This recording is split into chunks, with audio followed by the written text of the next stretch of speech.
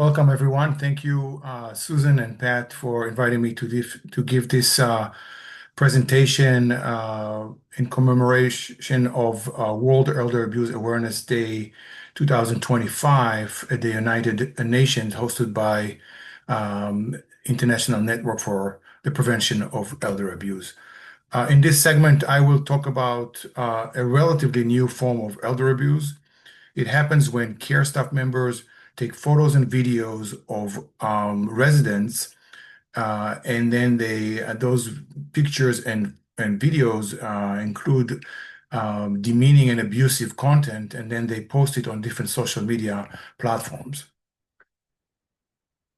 I want to recognize my colleagues at Purdue University School of Nursing, Waylin, Marian, and Leanna. Some of the content you'll hear is disturbing.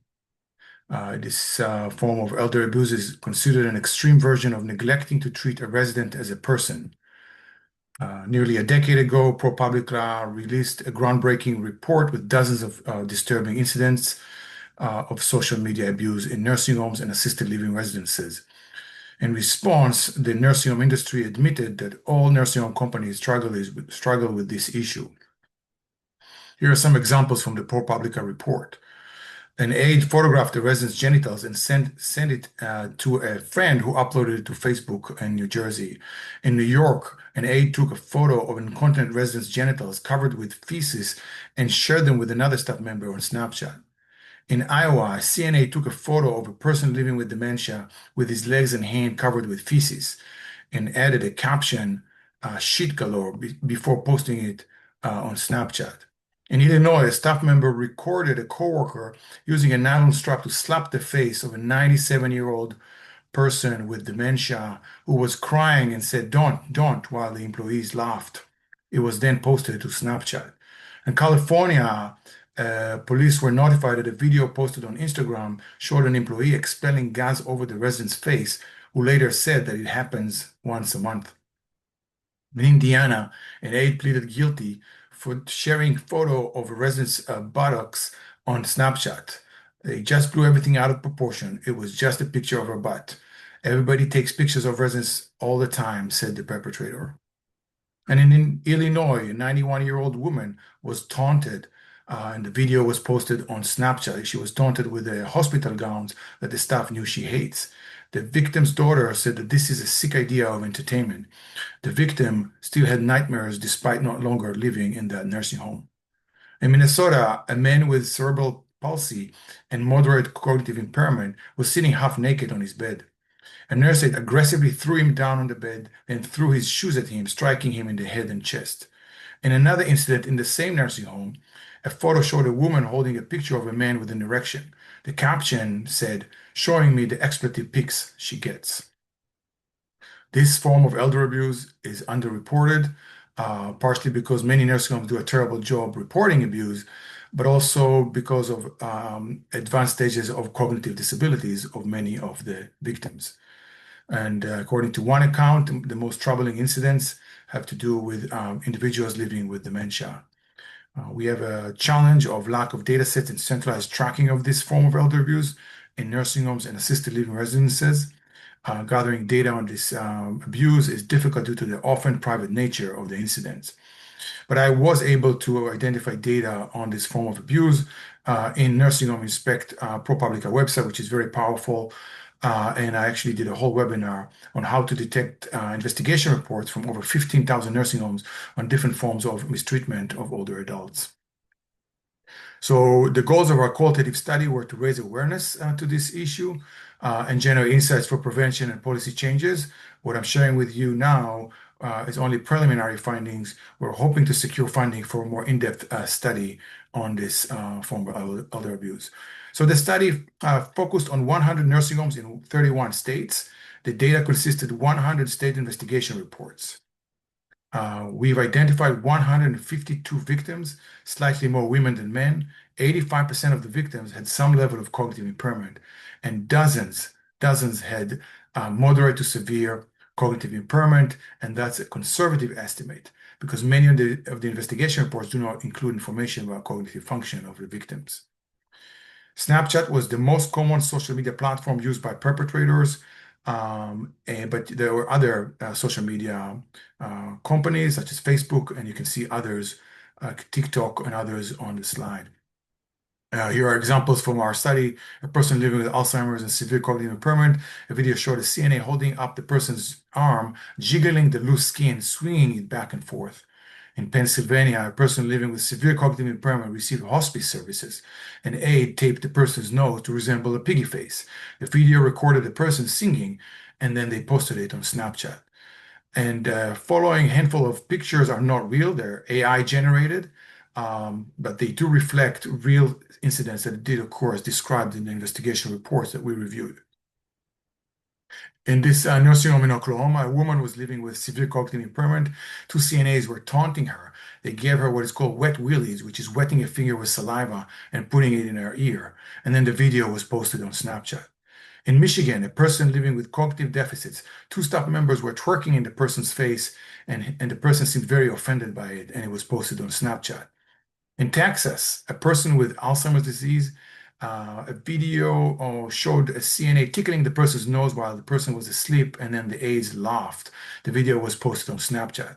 In New York, a woman living with Alzheimer's disease and severe cognitive impairment, a CNA pulled off her wig and hit her on the head with it. Then it was posted on social media.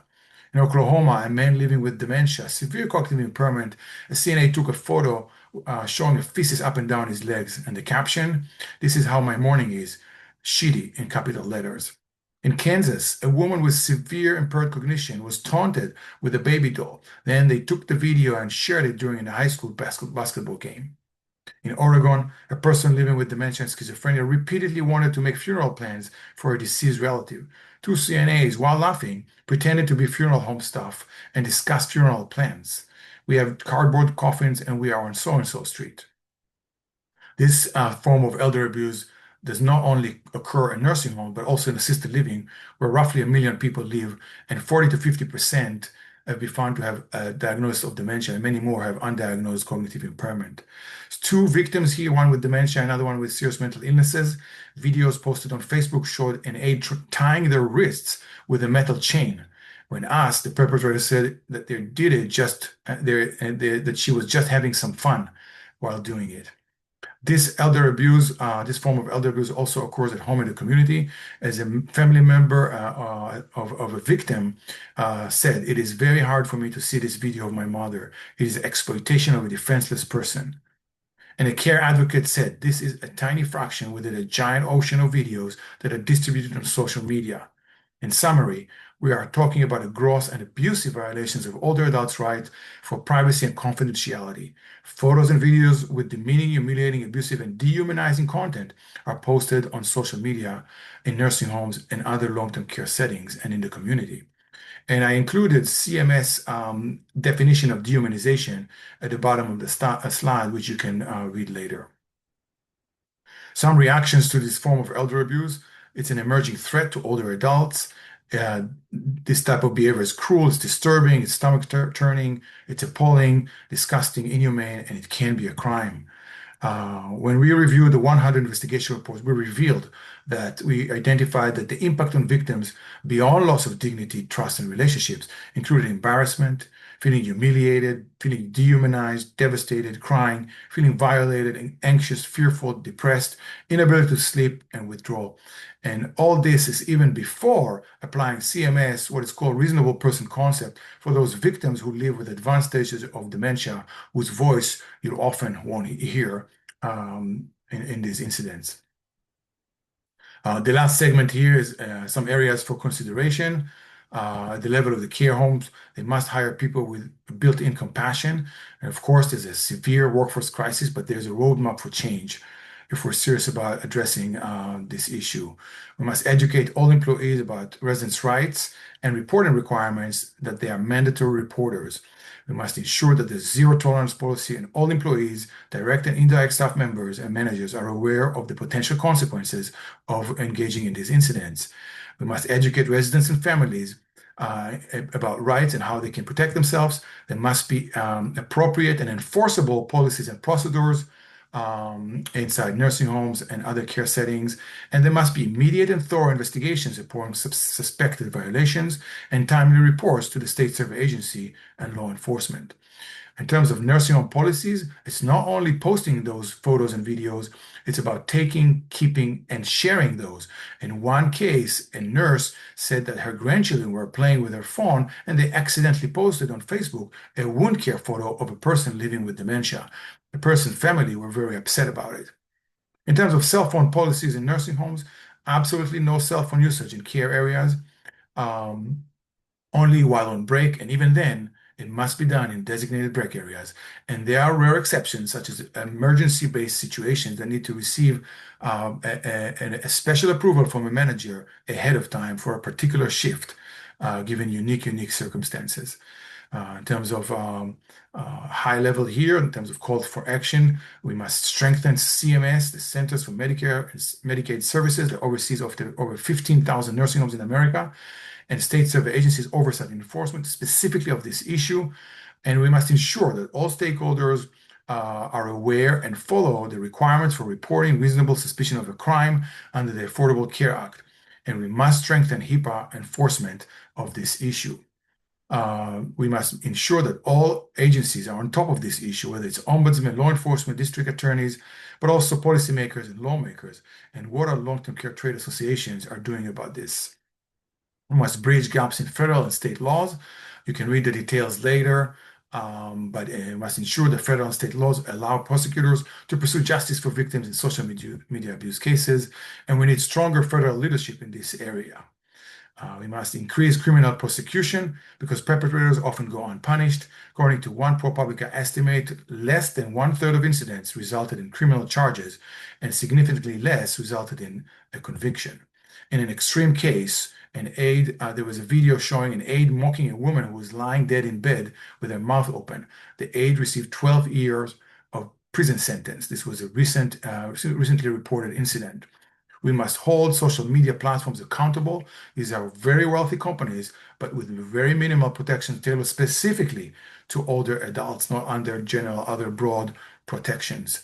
We must strengthen the monitoring and immediate removal of this type of abusive content, and they must increase collaboration with law enforcement agencies. In the words of U.S. Senator Richard Blumenthal, who urged these platforms to protect residents who cannot consent or defend themselves. And I just want to close with a recognition that older adults have a human right to be free from this form of abuse. And I want to close here with the question, how would you feel if your family member was a victim of this form of abuse? So thank you for joining us for this segment and event today.